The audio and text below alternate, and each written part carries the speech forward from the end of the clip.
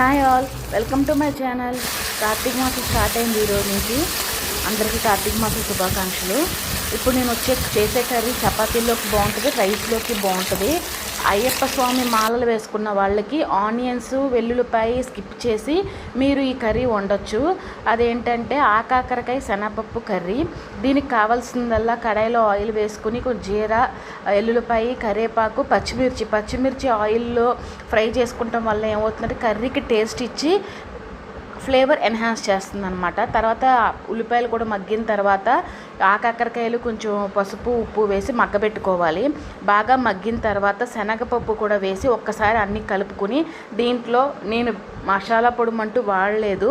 Just ధనియా powder, జీరా powder and లవంగాల పౌడర్, కొంచెం కారం అంతే వేసిన తర్వాత వాటర్ వేసుకుని ఉడకబెట్టుకున్నాను. దగ్గరికి వచ్చే వరకు కుక్ చేసుకుంటే సరిపోతుంది. తర్వాత నేను బీరకాయ పాలు వేసి కూర వండాను.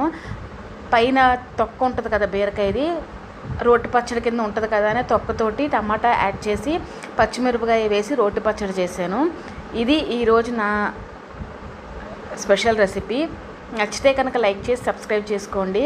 స్వాములకి అని చెప్పింది దేనికోసం అంటే ఆనియన్స్, ఎల్లుల్లిపాయ స్కిప్ చేసేసి సేమ్ కడాయిలో ఆయిల్ వేసుకుని జీరా, కరివేపాకు, పచ్చిమిరపకాయలు మగ్గిన తర్వాత ఆకాకరకాయలు కూడా మగ్గిన తర్వాత పప్పు వేసుకుని దింపేసుకుంటామే.